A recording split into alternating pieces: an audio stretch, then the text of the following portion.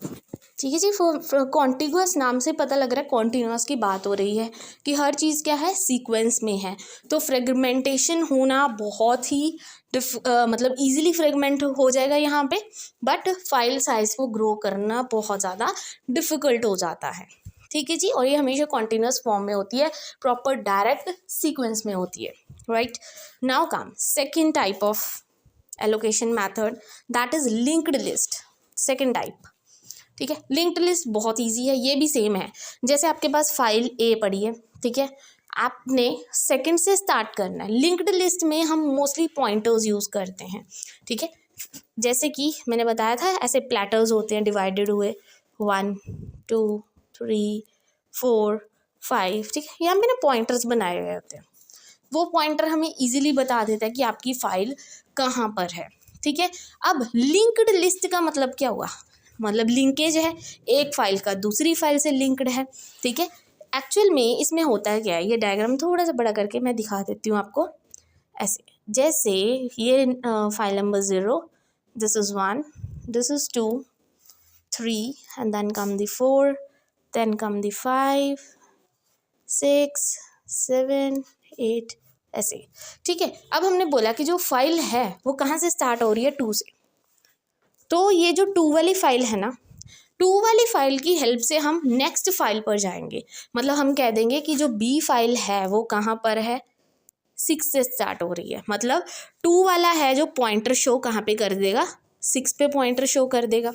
फिर हमने बोला कि हमारे पास एक फाइल सी है जो किस में पड़ी है, 10 नंबर पे पड़ी है। तो यहाँ पे अगर हम 9 बनाते हैं या 10 बनाते हैं तो 6 वाला किस पे पॉइंट कर देगा, 10 वाले पे पॉइंट कर देगा।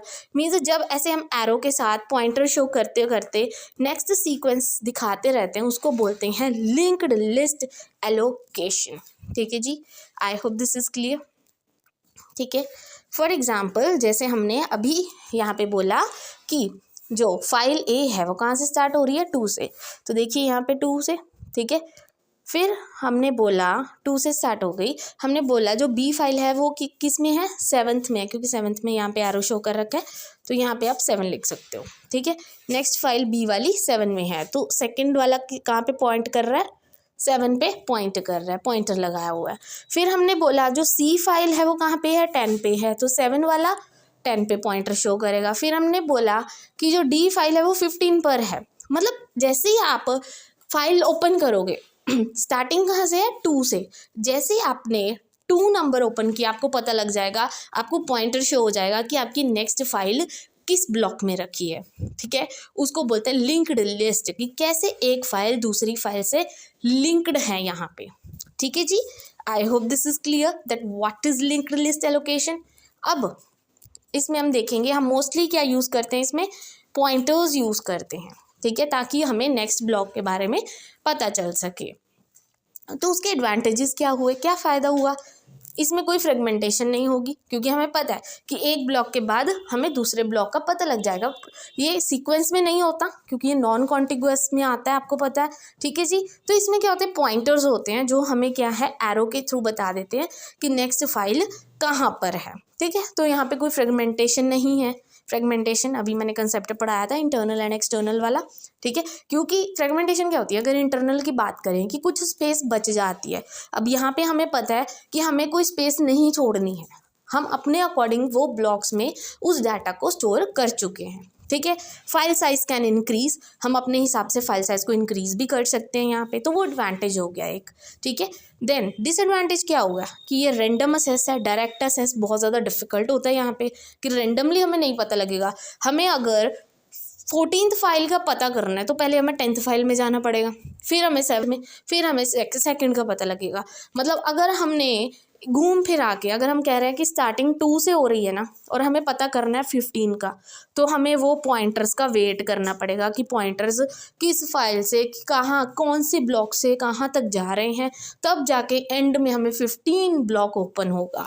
तो वो बहुत ज़्यादा मतलब वेस्टेज ऑफ टाइम हो जाएगा एंड ओवरहेड ऑफ पॉइंटर्स, इतने सारे पॉइंटर्स हो जाएंगे that you will get confused. तो वो क्या है, एक डिसएडवांटेज हो जाता है, right? I hope this is also clear. Linked list allocation. Now comes the last type of allocation, that is indexed. ये भी क्या है, नॉन कॉन्टिन्यूस है, हमें पता है नॉन कॉन्टिग्यूअस, राइट। तो इसमें क्या होता है, इंडेक्स मीन्स व्हाट, जैसे आपकी बुक्स में दे रखा होता है इंडेक्स कि आप इस टॉपिक को ढूंढना चाहते हो तो ये पेज नंबर 26 है, इस टॉपिक को ढूंढोगे इसका पेज नंबर 52 है, मतलब ऐसे आपकी बुक्स में स्टार्टिंग में इंडेक्स बना रखा होता है। तो वही इंडेक्स एलोकेशन यहाँ पे है। इंडेक्स एलोकेशन की जैसे डायरेक्टरी है, डायरेक्टरी भी हम बाद में देखते हैं। सबसे पहले फॉर एग्जाम्पल ये ब्लॉक्स हैं हमारे पास, फाइल है, फाइल ब्लॉक्स में डिवाइडेड है, B1 B2 B3 B4 B5, ठीक है। और हमने कहा कि जो ब्लॉक 1 है, ठीक है, फाइल ए में ब्लॉक 1 में क्या है, नंबर 1, तो नंबर 1 फिल है, ठीक है। और B2 ब्लॉक 2 में क्या है, 4 वाला पड़ा है। मतलब ऐसे ही हमें बताया जाएगा, मतलब 6th block will index that where other blocks are located, ठीक है। जैसे हमने बोला अपनी डायरेक्टरी में लिख दिया कि फाइल हमारे पास ए है और इंडेक्स ब्लॉक कौन सा है, 6th। मतलब हम अगर 6th ब्लॉक को ओपन करते हैं तब जाके हमें पता लगेगा कि बाकी ब्लॉक्स कहाँ पर लोकेटेड है। फॉर एग्जाम्पल 6th ब्लॉक आपने ओपन किया, ठीक है, बिकॉज आपने अपनी डायरेक्टरी में फाइल ए में 6th ब्लॉक ओपन कर रखा था, ठीक है। आपने बोला कि जो 6th ब्लॉक है इस पेज नंबर पर जाके आपको बाकी पेजेस का पता लगेगा। वैसे ही आप 6th ब्लॉक पर जाओगे तो आपको पता लगेगा कि 6th ब्लॉक में कौन कौन से और ब्लॉक्स हैं, ठीक है। तो ये क्या हो जाएगा एक तरह से, मतलब जैसे मैंने फाइल ए ओपन की, फिर मैं 6th पे जाऊंगी, फिर जाके मुझे पता लगेगा कि बाकी के जो पेजेस हैं या बाकी का जो इंडेक्स है वो कहाँ पे लोकेटेड है, ठीक है। इसका एडवांटेज क्या है, इससे डायरेक्ट एक्सेस है, आपको पता रहेगा यहाँ पे कि आपने कौन से ब्लॉक पे जाना है और आपको बाकी ब्लॉक्स कैसे पता लग जाएंगे, ठीक है। इसमें कोई फ्रेगमेंटेशन नहीं है, कोई इंटरनल एक्सटर्नल फ्रेगमेंटेशन नहीं है इसमें। बट डिसएडवांटेज क्या है, मल्टी लेवल इंडेक्स, मतलब इतने सारे इंडेक्स ओपन हो जाएंगे, आप एक ब्लॉक को ओपन करोगे एंड बहुत सारे पॉइंटर्स भी होंगे जिससे आपका टाइम बहुत ज़्यादा वेस्ट होने वाला है, ठीक है। तो इसका ये एक डिसएडवांटेज हो गया, राइट।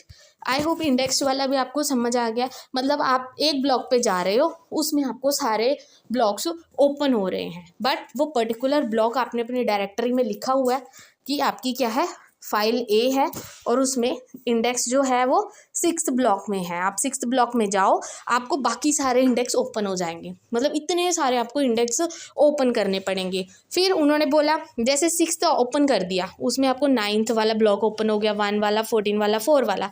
फिर उन्होंने बोला 9th वाला ओपन करो, तब जाके आपको नेक्स्ट ब्लॉक्स का पता लगेगा। मतलब पॉइंटर्स ही पॉइंटर्स हैं, इतने ज़्यादा, एक से ऊपर दूसरा पॉइंटर है, तो वहाँ पे आप क्या है, कंफ्यूज हो जाओगे इतने सारे पॉइंटर्स में। तो ये एक डिसएडवांटेज है कि इसमें टाइम बहुत ज़्यादा जाने वाला है, ठीक है।